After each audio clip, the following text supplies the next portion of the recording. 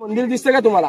त्या मंदिराचा आकार कसा दिसतो? एका मस्जिद सारखा की नाही? मस्जिद सारखा का दिलाय? रायगडाला सह्याद्रीला घेरलाय. जर का एखाद्या सह्याद्रीवर मुघल लोक साहेब चौथी पायरी चढतो, अहो लाख मेले तरी चालतील, पण लाखाचा पोशिंदा जगलाच पाहिजे. तांदूळ शिजल्यावर भात म्हणतात, अंधाराला रात्र म्हणतात. महाराष्ट्रात राहून छत्रपती शिवरायांना विसरेल त्याला खरोखर पूर्णपणे औरंगजेबाची औलाद म्हणतात. प्रौढ प्रताप पुरंदर क्षत्रिय कुलवंश सिंहासनाधीश्वर महाराजाधिराज योगीराज पुण्यश्लोक छत्रपती शिवाजी महाराज की जय. पण रूम पाहतो, यालाच म्हटलं जातं राजांची एसी रूम, सज्जा गॅलरी बाल्कनी म्हणतो. या अष्टकोणी होती. राजांचा 8 आकडा हा शुभ होता. राजांची एसी रूम 5 मजली होती. राजे 5व्या मजल्यावर उभे राहिले की 8 किल्ले दिसायचे. राजगड, तोरणा, लिंगाणा, प्रतापगड आणि महाबळेश्वर असं 8 किल्ल्यांचं दर्शन व्हायचं. आजही जो नगारखाना आहे मुंबई मधला गेट ऑफ इंडिया पाहिलाय का? सेम रचना आहे. हा गेट ऑफ इंडिया सारखा दिसत नाही, तर गेट ऑफ इंडिया याच्यासारखा दिसतो. इंग्रजांनी याचीच कॉपी करून तिकडे बनवलंय. हा नगार. छत्रपती शिवाजी महाराज की जय. मी महेश भूतीराम अवकीरकर. या रायगड किल्ल्यावरती गेली मी 12 ते 13 वर्ष झाली गाईड काम करतो. येणाऱ्या प्रत्येक शिवभक्ताला रायगडाचं मार्गदर्शन करत आलोय. रायगड किल्ला म्हटलं तर एक पिकनिक पॉइंट नाहीये. देवघरापेक्षा पवित्र ठिकाण रायगडाच मानलं जातं. महाराष्ट्रातली दुसरी पंढरी म्हणजेच रायगड. रायगड आज पाहणार आहात. रायगडावरती 2375 पायऱ्या चढलात 100% डोक्याचा घाम पायाच्या नखापर्यंत पोहोचतो. रायगड एक 365 गडकिल्ल्यांची पहिली राजधानी आहे. या रायगडाला पूर्वी 14 नावाने ओळखलं जात होतं. रायरी, जंबुदी, इस्लामगड, तणस, पूर्वेकडचा जिब्राटर, रासी होता. अनेक राजवटी आल्या, अनेक नावं पडली. आज आपण ज्या ठिकाणावरती उभ्या आहात हा पूर्णपणे किल्ल्याची समोरची बाजू आहे. रायगडावर आलात. या रायगडाला पूर्वी रायरीचा डोंगर म्हणून ओळखलं जात होतं. या रायरीला राजाने राजगडावरून पाहिलं. राजगड म्हटलं तर पुणे जिल्ह्यात वेल्हा तालुक्यात 365 गडकिल्ल्यांची पहिली राजधानी राजगड. या राजगडावरून राजाने रायरीला पाहिलं. राजांसोबत होते पंत मोरपंत पिंगळे. या पंतांना राजे म्हणतात की पंत ही रायरी कोणाकडे का मोकाट पडले तर का रिकामे. पंत म्हणतात राजे रायरी आपल्याकडेच. अहो आपल्याकडे म्हणजे कोणाकडे? तर प्रतापगड पाहिलंय का सर्वांनी? या प्रतापगडाच्या पायथ्याशी एक जावळीचं खुरं आहे. हे जावळीचं खुरं एवढं घनदाट आहे की अस्वलीच्या केसात आपल्या डोक्यात लिहू सोडलेली सापडेल. परंतु जावळीच्या खोऱ्यात एक मोकाट बलाढ्य देहाचा हत्ती सोडलेला कधीच सापडणार नाही एवढं दाट जंगल आहे. या जंगलामध्ये चंद्रराव मोरे राहायचे. हे मोरे फार गर्विष्ठ होते, उर्मट होते. कारण का? तर त्यावेळेचा बादशाह माणूस आदिलशाह. जर का मी आदिलशहाची चाकरी करतोय म्हटल्यानंतर माशी बरोबरी करणार कोण हा गैरसमज झाला मोऱ्यांचा. आपल्या राजाने चंद्रराव मोऱ्यांना जावळीच्या खोऱ्यात एक प्रेमाचा खलिदा पाठवला. खलिदा म्हणजे आपण लेटर किंवा पत्र म्हणतो. या खलिद्यामध्ये आपल्या राजाने मोऱ्यांना असा उल्लेख केला, मोरे आपण दोघे मराठी आहोत. मराठे म्हणून एक स्वराज्य घरदार निर्माण करू. परंतु मोरे स्वार्थी, मोरे उर्मट, मोरे घमंडी. मोऱ्याने राजाने युद्धाचं चॅलेंज केलं. तुम्ही कसले राजे? केव्हा झाला राजे? या जावळी प्रांताचे खरे तर राजे आम्हीच आहोत. याल जावळी तर साळ गवळी. उद्या यायचं असेल तुम्ही आजच या. तुमच्यासाठी दारुगोळा तोफखाना सज्ज आहे. आपल्या राजाने 145 निवडक सरदार निवडले. जावळीच्या खोऱ्यात पाठवले. चंद्रराव मोऱ्याचा धाकटा भाऊ हनुमंतराव मोरे सूर्याजी काकडे यांच्या हस्ते मारला गेला. मोऱ्यानं वाटले की आता आपला वध होणार. 15 मे 1656 मोऱ्याने जावळी सोडल्याने रायरीच्या पायथ्याशी आले. राजांचा एक नियम होता, जो कोणी शरण येत होता त्याला राजे कधी मरण देत नव्हते. 15 मे 1656 आपल्या राजाने या रायरीला पाहिलं आणि या रायरीचं नामकरण आपल्या राजाने रायगडमध्ये केलं. आणि ज्यावेळेस राजाने या रायगडाला पाहिलं, या रायगडाने राजाला सुद्धा पाहिलं. आणि राजे या रायगडाला पाहताच राजांच्या तोंडून एक गोड उद्गार पडतो. तो उद्गार असा होता की राजा खासा जावणी पाहता. गड बहुत चकोट, चौतर्फा गडाचे कडे, तासिल्याप्रमाणे गाव दीडगा उंच. प्रचंड काळी कड्यावर गवत सुद्धा उगवत नाही. दोंडा तासी वेकच आहे. दौलताबाद धशगुणी उंच. ऐसे देखून राजे संतुष्ट झाले आणि बोलिले तख्ताच जागा हाच गड खरा करावा. तख्त म्हणजे राजधानी. राजाने याला 365 गड. आज आपण रायगडावरती येणार आणि आज आपण रायगडावरती आलात. 2375 पायऱ्या चढलात. मध्यंतर महादरवाजा लागला का? या नागमोडी सारखा दिलाय. जणू काही सर्प चालतो असा आकार दिलाय. तर का? रायगडाला सह्याद्रीने घेरलाय. जर का एखाद्या सह्याद्रीवर मुघल लोक आले आणि त्या मुघलांनी जर का तोफेचा मारा करायचं ठरवलं तर त्या भिंतीवर त्या दरवाजाला काही होणार नाही. दरवाजा तोडण्याकरता त्यावेळेस 30-35 फुटाच्या उंडक्याचा वापर केला जात होता. मधला अंतर 15 फुटाचा काही संबंध येणार नाही. जरी तिथे शत्रू प्लॅन करायला आला, दरवाजावरती खाचे दिलेत, वेळ दिलेली आहेत, उकळेल तेल शिसमारा करू शकतो, शत्रू पळून जाऊ शकतो. अशी या दरवाजाची सिस्टीम केली. त्याला म्हटलेल्या किल्ल्याचा मेन गेट महादरवाजा. समोर जी तळा हत्तींना अंघोळ करण्यासाठी जागा, पाणी पिण्याची जागा आहे. आता रायगडावरती माणसं येणं पॉसिबल आहे का? तर नाहीये. मग आपल्या राजाने हत्ती कशी आणली? आपल्या राजांच्या राज्याभिषेकाला एक इंग्रज वकील आला होता, त्याचं नाव होतं हेनरी ऑक्झेटन. खास राजांच्या भेटीसाठी आला, दरबारात आला, राजाना मानाचा मुजरा केला. तो इंग्रज कोपऱ्यात उभा राहिला आणि मराठी माणसाला म्हणजेच नारायण शिवणेंना प्रश्न विचारला, शिवणी राजांनी हत्ती गडावर कशी आणली? शिवणी म्हणतात, मराठ्यांपेक्षा इंग्रज लोक फार हुशार आहेत, या प्रश्नाचं उत्तर तुम्हीच सांगा. तर इंग्रजाला काय सापडलं नाही. इंग्रजाने रोजनिशी डेली डायरी बकरीत लिहून ठेवलं. आताचे छोटेसे इतिहासकार निनाद बडेकर उत्तर देतात की रायगडाचं बांधकाम झालं 14 वर्षात, हत्तीची वाढ होते 3 ते 4 वर्षात. राजाने आपल्या अगोदरच लहान पिल्ल पालखीत बसून आणलेली पान पोषण गडावरती केलं. त्यालाच तर म्हणतात राजांची दूरदृष्टी, राजांचा गणिमी कावा. राजाने प्रत्येक मराठ्याला शिकवलं काय? लहानाचं मोठं करा, मोठ्याचं कधी लहान करू नका. हीच तर आपल्या राजांची दूरदृष्टी होती. पहा बघा, या हत्ती तळा आहे. रायगडावरती 2375 पायऱ्या चढलात. 100% डोक्याचा घाम पायाच्या नखापर्यंत पोहोचला असेल. मी येणाऱ्या प्रत्येक शिवभक्ताला सांगत आलोय, आपण म्हणतोय जीवनात आल्यानंतर या पंढरीची वारी करावी, तसंच जीवनात आल्यानंतर एकदा तरी या रायगडाची वारी करावी. जोपर्यंत डोक्याचा घाम पायाच्या नखापर्यंत पोहोचत नाही तोपर्यंत रायगड कळत नाही, कुणाला कळालेलं सुद्धा नाहीये. पहा बघा, म्हणून म्हटलं जातं रायगड देवघरापेक्षा पवित्र ठिकाण का म्हटलं जातं? रायगड देवघरापेक्षा पवित्र ठिकाण का म्हटलं जातं? ज्याच्यामुळे देवारात देव शिल्लक आहेत, त्या राजाची समाधी आज आपल्या रायगडावरती आहे. पहा बघा, आणि रायगडावरती येऊन त्या समाधीजवळ नतमस्तक झालं पाहिजे. पहा बघा, रायगडावरती देवघर म्हटलं तर देवपूजा आलीच. येणाऱ्या प्रत्येक शिवभक्ताला मी सूचना देत आलोय, देवघर म्हटलं तर देवपूजा आली. आणि मला वाटतं की देवपूजा आपल्या हातून राहिली तरी चालेल या रायगडाची. रायगड किल्ला आपल्या हातून किती स्वच्छ राहील याची जबाबदारी घेतली तर रायगड बघणं साकार झालं, रायगडाची देवपूजा झाली. पहा बघा, आता आपण राणीमोल धान्य कुठार बघायला जाणार आहोत. बोला छत्रपती शिवाजी महाराज की जय. छत्रपती शिवाजी महाराज की जय. छत्रपती शिवाजी महाराज की. आता आपण ज्या ठिकाणावरती उभे आहात, समोर जे तळ आहे याला म्हटलेलं आहे गंगासागर तळ. याची खोली 35 फूट आहे, 184 मीटर याचा घेरा आहे. छत्रपती शिवाजी राजांच्या राज्याभिषेकाला काशीवरून गागाभट्ट आले होते. याने 7 नद्याचं 7 समुद्राचं पाणी आणलं. राजांना अभिषेक घातला, पाणी उरलं ते सोडलं याच्यात. पाणी याच्यावर एक कविता रचली. ती कविता अशी आहे की गंगा यमुना आणि नर्मदा यांच्या आल्या साऱ्या बहिणी, आणले 7 नद्याचे 7 समुद्राचे पाणी, जलिले झाले तीर्थांची घरं, नाव तयाचे गंगासागर. 35 फूट खोल, वर्षाच्या 12 महिने पाणी याच्यामध्ये असतं. याला म्हटलेलं आहे गंगासागर तळ. आजही रायगड किल्ल्यावरून खाली 2 गावांना पाणी पुरवठा होतं. एवढं मोठं पाणी रायगडावरती आहे. समोर या 2 उंच इमारती आहेत. 4थीच्या जुन्या पुस्तकावरती आपण पाहिले का, यालाच म्हटलेला विजयस्तंभ मनोरे. हे विजयस्तंभ मनोरे म्हटलं तर त्यावेळेस इलेक्ट्रिक सौर ऊर्जा हा प्रकार नव्हता. जर का आपल्या राजाने एखादा गड किंवा किल्ला स्वराज्यात निर्माण केला, जनतेस कसं कळवणार? एका ह्याच्यावर भगवा ध्वज फडकवला जात होता, एका ह्याच्यावरती राजांच्या राण्या हवा खाण्यासाठी यायच्या, जनतेस कळवण्यात जात होतं. राजा आनंदात, राजे खुशीत आहेत. त्याला म्हटलेला विजयस्तंभ मनोरे. समोर भगवा ध्वज लावलेला डोंगर दिसतोय का? टकमक टोक, कडलोट पॉइंट, चोरी लबाडी गुन्हा जो करेल त्याला तिथून खाली फेकलं जात होतं. छत्रपती शिवाजी राजाने कुणाला ढकललं नाही, परंतु धर्मवीर छत्रपती संभाजी राजाने कुणाला सोडलं नाही. जगावं तर छत्रपती शिवाजी राजांसारखं आणि मरावं तर धर्मवीर छत्रपती संभाजी राजांसारखं. पहा बघा, तो टकमक टोक पॉइंट आहे. आतमध्ये पालखी दरवाजाने राणीमोल धान्य कोठार, महत्वाचा बाल्य किल्ल्यात अति व्हीआयपी भागात आता आपण प्रवेश करणार आहोत. बोला छत्रपती शिवाजी महाराज की जय. आता आपण ज्या दरवाजाने आलात या दरवाजाचं नाव आहे पालखी दरवाजा. पायी येणारा शिवभक्त हा पालखी दरवाजाने येतो. रोपेने येणारा शिवभक्त हा मेना दरवाजाने येतो. मेना आणि पालखी याच्यामध्ये फरक काय? मेना म्हटलं तर स्त्रियांसाठी, मेना बंदिस्त, पालखी ओपन, पालखी पुरुषांसाठी. या 2 दरवाजांना लागून एक लाईनीमध्ये भिंत आहे. भिंतीला 6 दालन, 6 दरवाजे आहेत. राजांना राण्या किती होत्या हो? राजांना राण्या होत्या 8. सहीबाई, स्वैराबाई, काशीबाई, सगुणाबाई, सकवारबाई, गुणवंताबाई, हुताबाई, लक्ष्मीबाई अशा 8 राण्या होत्या.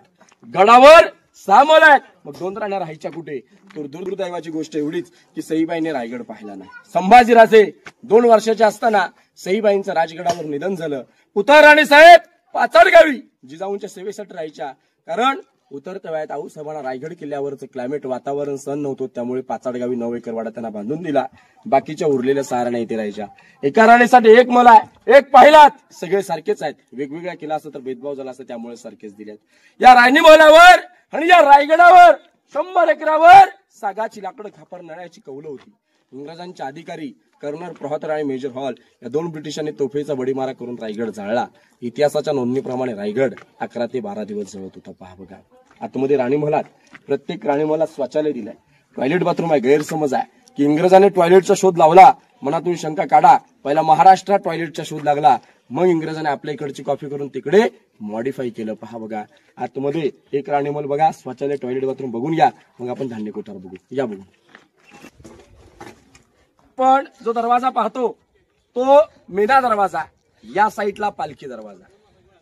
समोर मेणा आणि पालखी म्हणजे काय, तर पालखी म्हटलं तर छत्रपती शिवाजीराजे संभाजीराजे राजाराम महाराज कुठल्याही वीर पुरुषाची पालखी आली तर त्याच दरवाजाने आतमध्ये येऊन राजांच्या राजवाड्यात जाते. मेणा म्हटलं तर राजांच्या राण्या किंवा राजघराण्यातील स्त्रिया मेणीत बसून सायंकाळच्या वेळेला सूर्यास्त सनसेट पाहण्यासाठी जायच्या. खाली ज्या पडलेल्या इमारती आहेत, अष्टप्रधान मंत्रिमंडळ, जे 16व्या शतकातलं आपल्या राजाने पहिलं मंत्रिमंडळ स्थापन केलं ते इथे केलं. राजांचे 8 मंत्री होते, अनाजी पंत, हंबीराव मोहिते, मोरोपंत पेंगळे, अण्णाजी दत्तू, रामचंद्र त्रिंबक, रामचंद्र नीलकंठ, निराजी रावजी, रघुनाथ पंडित असे राजांचे 8 मंत्री त्यांचे घर आहेत. मिनिस्टर लोकांची घरं अष्टप्रधान मंत्रिमंडळ न्यायालय म्हटलं जातं. हे मंत्र्यांची घरं आहेत. समोर 2 जाळीवाले खड्डे आहेत. एक दगडामध्ये याला धान्य कोठार म्हटलं जातं, कोकणात याला पेव, कणगी किंवा अंबरखाना म्हटलं जातं. कारण रायगड एक राजधानीचा किल्ला आहे. गडाला शत्रू हा वेढा कधी मारू शकतो, गडाला शत्रू वेढा जास्तीत जास्त किती मारू शकतो, 4 ते 6 महिने. 6 महिन्याचा धान्य साठा इथे केला होता. राजानंतर गडावर 1733 ला थोरले बाजीराव पेशवे आले. पेशवाई सत्तेने याचा वापर केला, काळ कोठरी कैदी कोठार. जो कोणी चोरी लबाडी गुन्हा जो करेल त्याला 7 दिवस याच्यात कोंडायचं. 8व्या दिवशी जर का गुन्हा कबूल नाही केला गोंत्यात भरायचं, गोंत्याला गाठ बांधायची, टकमक टोकावरून फेकायचं. हायकोर्ट हाय शिक्षा. छत्रपती शिवाजीराजांनी कोणाला ढकललं नाही, परंतु धर्मवीर छत्रपती संभाजीराजांनी कोणाला सोडलं नव्हतं. जगावं तर छत्रपती शिवाजीराजांसारखं आणि मरावं तर धर्मवीर छत्रपती संभाजीराजांसारखं. आपल्या राजाने कैदी कोठार वापर का नाही केला, तर कुठल्याही राजाने बाल्ले किल्ल्यात कैदी ठेवले नव्हते. राजांचं कैदी कोठार साताऱ्यामध्ये वासोटा किल्ला तिथे आहे आणि एक लिंगाणा किल्ल्यावरती आहे. आणि सर्वात मोठं धान्य कोठार, स्वराज्याचं धान्य कोठार कोल्हापुरात पन्हाळागड, गंगा यमुना सरस्वती 3 खड्डे आहेत. 52 फुटाचे धान्य कोठार आहेत. एका टायमाला 5 लाख लोकांना पुरेल एवढी त्याची कॅपॅसिटी आहे. पहा बघा, हे एमर्जन्सी धान्य कोठार आहे. 22 फूट 20 फूट 15 फूट याची खोली आहे. पहा बघा,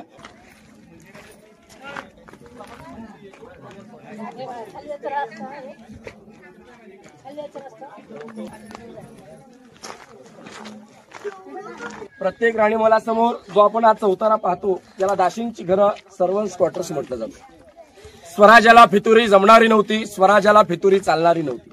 जर का दासीने तिच्या घरातून कामासाठी अपडाऊन केलं तर ती रस्त्यात फितूर सुद्धा होऊ शकते. या दृष्टिकोनातून दासीने इथे परमानंट घर दिलं. दासींची घरं आहेत, नोकर चाकरांची घरं आहेत आणि सर्वंट्स क्वार्टर्स, दासींची घरं. आतमध्ये राजवाड्यात आता आपण प्रवेश करणार आहोत. आता आपण ज्या ठिकाणावरती उभ्यात, सगळ्यात अतिमहत्वाचं ठिकाण, एका पवित्र ठिकाणावरती उभ्यात. हा राजांचा प्रशस्त राहता राजवाडा आहे. याच चौतऱ्यावर आपल्या राजाने इथे 10 वर्ष वास्तव्य केलं. 25 वर्ष शिवनेरी, 15 वर्ष राजगड. कल्पना केली तर आपल्या राजाला आयुष्य लाभलं तरी किती हो, 50 वर्ष. 50 वर्षात आपल्या राजाने केलं काय, जर पाहिलं तर 16व्या वर्षी तोरणा किल्ल्यावर तोरण बांधलं. उरलेले 34 वर्ष, 34 वर्षात 365 गडकिल्ले जिंकले, स्वतःची गादी निर्माण केली. धनासारखं मन मिळवलं, मनासारखी माणसं होती, माणसांसारखे राजे होते, राजांसारखं मन होतं आणि मनासारखं धन होतं. म्हणून अवघ्या 50 वर्षात हिंदवी स्वराज्य उभं केलं. हा राजांचा प्रशस्त राहता राजवाडा आहे. राजांचा राहता राजवाडा 2 मजली होता. मशरीच्या उजडाने, दोंड्याच्या फुलाने, मखमलीच्या पडद्याने सजला होता. अहो कुठल्या प्रकारे असेल आपल्या राजांचा राहता राजवाडा नजरेसमोर शिवचरित्र उभं करायचं. आपल्या राजाने जरी जन्म घेतला शिवनेरी किल्ल्यावर 19 फेब्रुवारी 1630 ला, तरी सांगायचं खरं तात्पर्य काय, आपल्या राजाने अखेरचा श्वास याच चौतऱ्यावर सोडला 3 एप्रिल 1680 ला. स्वराज्य पोरकं झालं, स्वराज्यावर काळ पडला, स्वराज्यावर अंधार आला. तर हेच ते ठिकाण, याच चौतऱ्यावर राजांचं निधन झालं. राजांच्या देही चित्ते लागणे जगदीश्वर मंदिराच्या तिकडे देण्यात आली. एवढ्या लांब का दिली, राजे महादेवाचे शंकराचे भक्त होते, राजांचं कायम दर्शन होईल या दृष्टिकोनातून राजांची समाधी तिकडे दिली. हा राजांचा बेडरूम आहे. इथे पाण्याच्या टाक्या आहेत. जो कोणी कामचुकार असेल त्याला कावडीने पाणी आणून याच्यात त्याला सांगायचं. पाण्याचा वापर बाथटब, बाथटब म्हणजे आताच्या शब्दात स्विमिंग पूल, स्नानगृह, अंघोळ करण्याचं ठिकाण आपण बघून घेऊ. हे राजांचं बाथटब, स्नानगृह.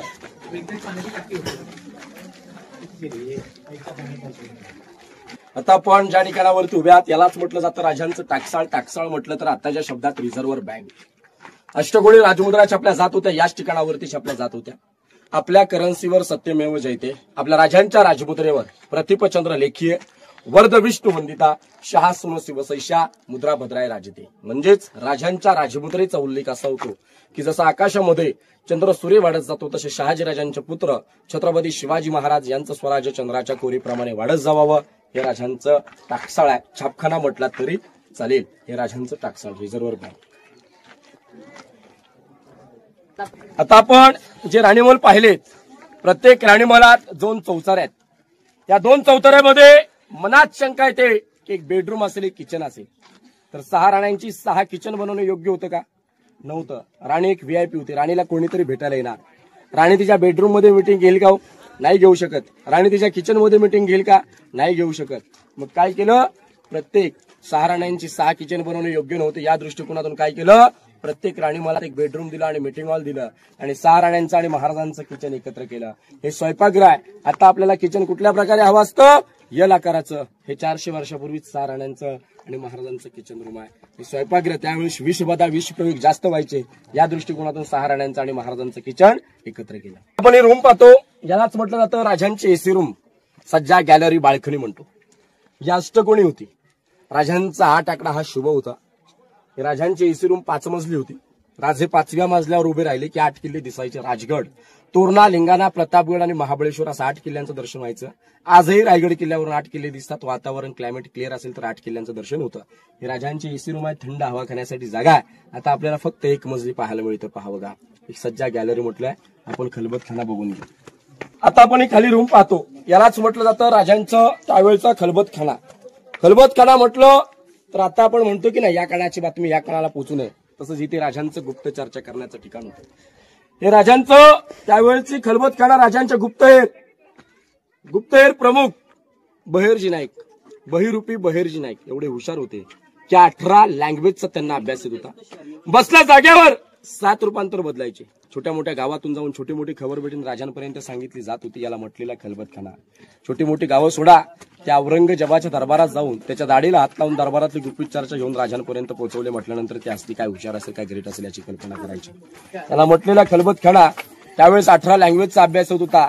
त्यांच्या स्वतःच्या बायकोला सुद्धा माहित नव्हतं की आपल्या स्वराज्यासाठी काय काम करतायत. एवढे हुशार होते. जमिनीखाली 8 बायदाची रूम आहे. 11 पायऱ्या उतरल्यानंतर आपल्याला ही रूम बघायला मिळते. तिथून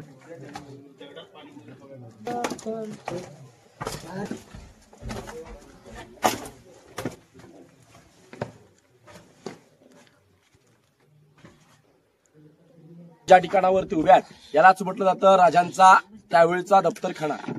न्यायालय, मंत्रालय म्हटलं तरी चालेल. जसं आपण दिल्लीच्या लाल किल्ल्यावर पाहिलंय का दिवाणे दिवाणे खास एक पॉइंट आहे. ते दिवाणे खास म्हटलं तर खास लोकांसाठी न्यायालय, दफ्तरखाना, मंत्रालय. 365 गड किल्ल्यांचा लेखी कागदीपत्र व्यवहार इथूनच चालला जात होता. हे राजांचा दफ्तरखाना आहे. दिवाणे आम म्हणजे दरबार, आम जनतेसाठी. हे खास जनतेसाठी. जसं आता दिल्लीत चालतो आपला व्यवहार, तसा 400 वर्षापूर्वी इथे चालला जातो. ह्या ज्या खिडक्या आहेत टेहळणी बुरुज, सिक्युरिटी पॉईंट, पहारा करण्याची जागा आहे. एक खिडक्या टेहळणी बुरुजाची निरीक्षण करून घ्या. समोरची बाजू आपल्याला किती स्वच्छ आणि सुंदर पाहायला मिळेल.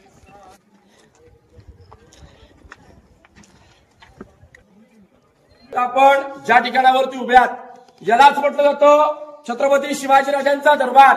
याच ठिकाणावर छत्रपती शिवाजीराजांचा राज्याभिषेक होणारच. आपण सर्वजण करणारच. आपले राजे छत्रपती होणार. आपले राजे सकाळी पहाटे 4ला उठले, स्नान केलं, अंगावर वस्त्र परिधान केलं, कवड्याची माळ घातली. राजे देवदेवतांचं दर्शन घ्यायला गेले. राजे आई भवानी मातेसमोर नतमक्ष झाली. जगदीश्वरात साकडं घातलं, शिरकाई मातेस वंदन केलं. याच मार्गाने राजांच्या हत्तीच्या अंबारीवरती मिरवणूक येते. राजे या मार्गाने येताना आनंदाने खुशी देतात. बाजूला 6000 प्रजेच्या कमरेला विशाळ, डोक्यात माडाचा पेटा. राजे या मार्गाने येताना आनंदाने खुशीने येतात. हत्तीच्या अंबारीतून खाली उतरतात. राजे या मार्गाने शिवास सारखी पावलं टाकतात. बाजूला 6000 प्रजा बसली होती. 6000 प्रजा उठते, डोक्यातल्या मानाचा भगवा पेटा काढते एक मानाचा मुजरा करते. राजे तो 6000 प्रजेचा मानाचा मुजरा स्वीकारतात. राजे या मार्गाने जाताना आनंदाने खुशीने जातात. राजांच्या अंगावर फुलांचा वर्षा होतो. राजांच्या अंगावर या मार्गाने फुलांचा वर्षा होऊन राजांना आई बहिणी ओवाळून घेतात. राजे या मार्गाने जाताना आनंदाने खुशीने जातात. परंतु समोर तिथे काही 4 पायऱ्या पाहिल्या का आपण? या 4 पायऱ्या चढताना राजांचं अंतःकरण भरून येतं. राजांचे पाय लटलटू लागतात. तर का? जयवीर शूरांवर, जयवीर मावळ्यांवर ज्याने हिंदवी स्वराज्य घडवलं तो मावळा मात्र या दरबारात दिसत नव्हता. त्या पायऱ्या चढताना राजा नक्कीच आऊसाहेबांना म्हटले, आऊसाहेब पहिली पायरी चढतो हिंदवी स्वराज्याची, दुसरी पायरी प्रतापराव गुजर, तिसरी पायरी तानाजी मालुसरे. आऊसाहेब चौथी पायरी चढतो. अहो लाख मेले तरी चालतील पण लाखाचा पोशिंदा जगलाच पाहिजे असे म्हणणारे माझे बाजीप्रभू देशपांडे असे वीर मावळ्यांची नावं घेऊन राजे लटलटच्या पायाने सिंहासनावर आरूढ झाले. राजांच्या हातात विष्णूची मूर्ती दिली. राजांच्या अंगावर छत्र धरलं. राजांच्या अंगावर 1000 मोहरांचा वर्षाव झाला. आणलेल्या गागा भट्टाने 7 नद्याचा 7 समुद्राच्या पाण्याचा अभिषेक घातला. महादरवाजात 21 तोफांच्या सलाम्या झाल्या.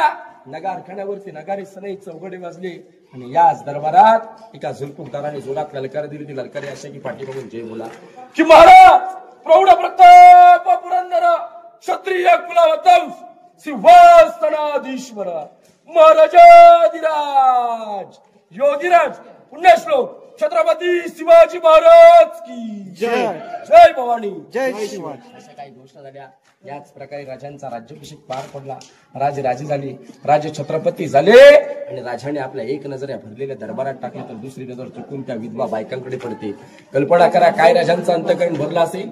राजाने रडायचं नसतं, राजाने कधी चित्तेलाग्नी द्यायची नसते, राजाने कधी स्मशानात जायचं नसतं. राजे आऊसाहेबांकडे पाहतात, आऊसाहेबांकडे पाहतात. त्या आऊसाहेबांच्या तोंडून नक्कीच उद्गार पडला असेल, अरे या शिवनेरीच्या काळ्या मातीत खेळणारं बाळ, या शिवनेरीच्या काळ्या मातीचे गडकिल्ले बनवणारं माझं बाळ आज 32 मनाच्या सिंहासनावरती आरूढ आहे.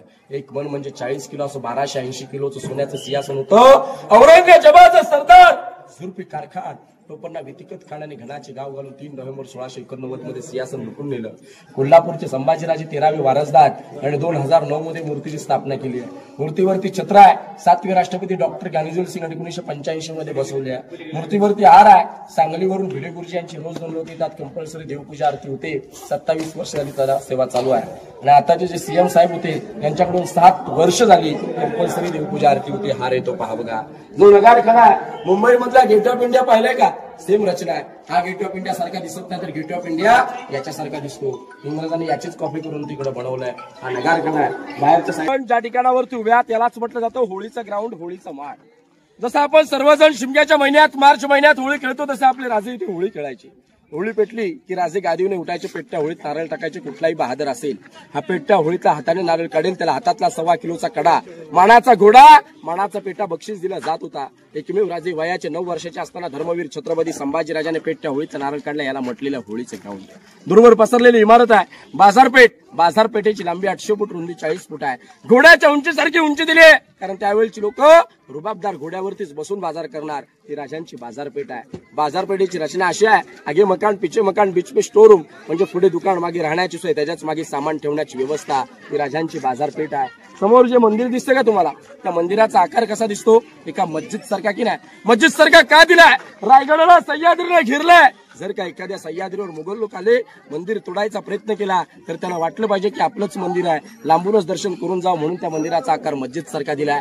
जवळ गेल्यानंतर हिंदूंचं प्रतीक महादेवाचं मंदिर पाहायला मिळतं. हे जगदीश्वराचं मंदिर. महाराष्ट्रात एकमेव राजे झाले छत्रपती शिवाजी महाराजांनी शंकरासमोर झुकायला या मोगलांना पार पडलं होतं. म्हणून सांगितलं जातं की अंधाराला घाबरत नाही, उजेडाची साथ आहे, मोडेल पण वाकणार नाही. ही मर्द मराठ्याची जात आहे. जगदीश्वराचं मंदिर आहे. मंदिराच्या पुढे एक छोटी नावाची पाटी आहे. सेवेची ठाई तत्पर हिरोज इंदुळकर, ज्याने 14 वर्षात स्वतःचं घर दार जागा जुमला प्रॉपर्टी विकून रायगड बांधला.